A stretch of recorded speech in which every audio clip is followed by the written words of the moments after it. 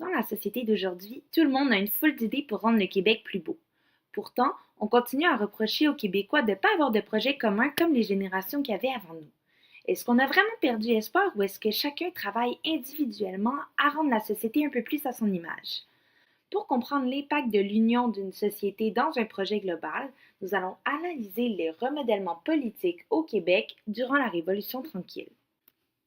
Donc, pour se mettre en contexte, avant les révolutions tranquilles, on était en période d'après-guerre. Donc, de 1946 à 1959, il y a une grande hausse démographique qu'on appelle le baby boom.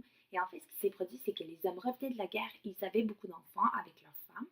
Et le gouvernement est obligé de s'adapter à ça, puis d'avoir une réaction rapide pour améliorer la société et être capable d'accueillir tous ces gens-là. C'était relativement cohérent avec le gouvernement qui était en place à ce moment-là, parce que c'était un gouvernement qui était très conservateur et proche de l'Église et qui encourageait d'avoir des grandes familles. Le gouvernement qui était en place, c'était celui de Maurice Duplessis avec le Parti de l'Union nationale. L'Union nationale avait des valeurs très chrétiennes.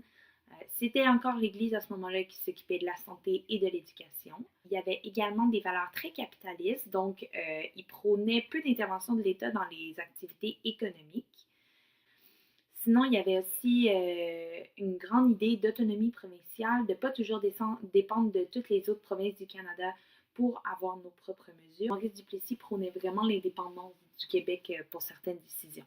À ce moment-là, on a pu observer un grand exode rural et une grande urbanisation. Donc, tous les gens qui travaillaient de la terre ou de leurs mains auparavant vont aller travailler dans les industries dans les grandes villes. La campagne s'est vraiment vidée et ils sont tombés dans beaucoup de pauvreté, alors que les grandes villes, ils ont commencé dans une période très riche. Il y avait quand même une prospérité économique, comme je l'ai dit, donc on est en après-guerre. La guerre, ça occasionne beaucoup d'argent dans la société. Donc les gens avaient un plus grand pouvoir d'achat, ils pouvaient acheter plus de choses, et plus il y avait des choses d'acheter, plus il y a des choses qui étaient produites. C'était un cycle d'offre et de demande qui est vraiment basé sur le capitalisme. Pour réussir à avoir une prospérité économique comme ça, les gens travaillaient très fort et ça a amené à quand même plusieurs conflits ouvriers dans les industries. Et c'est ça par la suite qui a fait que l'État a vraiment régularisé comment ça se passait dans les compagnies.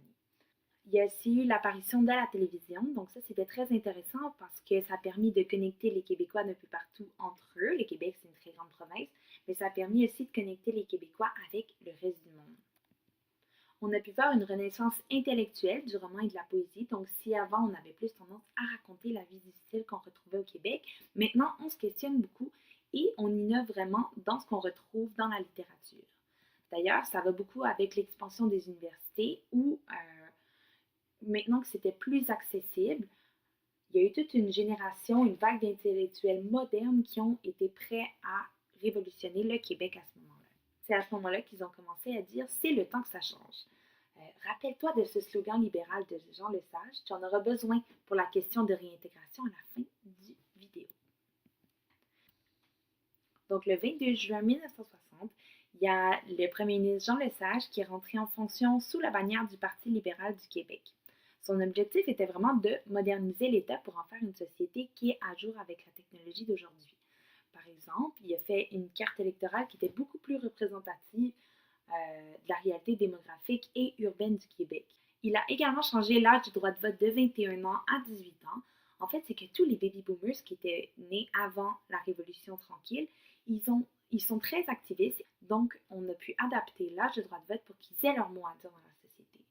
Contrairement au parti de Maurice Duplessis, le parti de Jean Lesage misait vraiment sur l'intervention de l'État dans la société pour en faire un État qui est plus fort et qui s'implique au niveau de trois choses. Au niveau social, l'intervention de l'État a permis à ce que le Québec ait une influence beaucoup plus internationale et qu'il ait une place sur la scène internationale en tant qu'État qui a des opinions et des projets.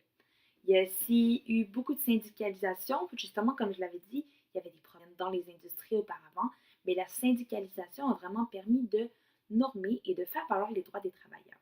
Il y a également eu l'assurance hospitalisation qui en fait ce qui est maintenant l'assurance maladie et qui fait qu'on a les services de santé gratuits au Québec. Au niveau culturel, on a pu voir que l'État a permis d'ouvrir le Québec sur le monde. Donc, il y a eu l'Expo 67 à Montréal où des pavillons de tous les pays sont venus être représentés et qui ont permis aux Québécois de comprendre un peu la diversité et de s'ouvrir à la différence. On a eu toute une génération de intelligentsia, donc les gens qui étaient les intellectuels dans les universités ou en littérature, qui ont permis de repenser le Québec pour en faire un projet de société plus beau. Au niveau économique, on a pu voir que l'État a commencé à beaucoup plus s'impliquer dans le développement et l'utilisation de ce qu'on a au Québec. Donc, premièrement, l'hydroélectricité, Hydro-Québec, a été basée à ce moment-là par la nationalisation de l'électricité. C'est à ce moment-là où les Québécois sont, comme on peut voir, devenus maîtres chez eux et ils ont commencé à s'approprier leurs propres ressources pour faire de l'argent. À ce même moment-là, ils ont commencé à utiliser beaucoup plus les ressources naturelles qu'on trouvait dans la province, comme le bois, l'agriculture et, comme j'ai dit, l'eau. Finalement, la Révolution tranquille et sa politique auront grandement changé le Québec pour en faire ce qu'on connaît aujourd'hui. Te souviens-tu du slogan de Jean Lesage? Comme activité de réintégration, tu devras te mettre dans la peau d'un politicien d'aujourd'hui et composer un discours basé sur ce slogan. Bonne chance!